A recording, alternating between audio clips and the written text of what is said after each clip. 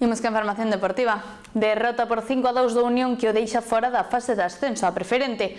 O Córgomo tomou cedo o mando do encontro e os de Asados quedáronse sen gol.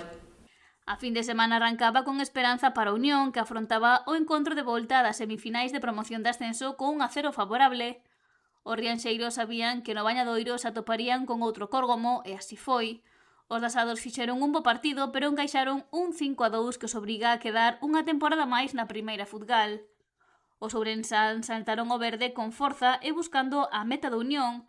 Aos 20 minutos obtiveron o seu premio en forma de gol, anotado por Daniel Real para igualar a eliminatoria.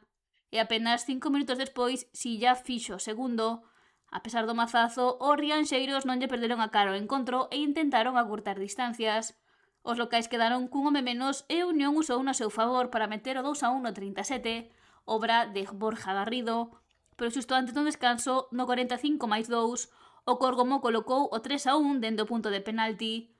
José Luis González optou por introducir cambios, pero o gol seguía sen chegar, enda que se o fixeron 2 tantos máis dos locais no 72 e no 75, que deixaba o encontro moi costa arriba para os de Rianxo.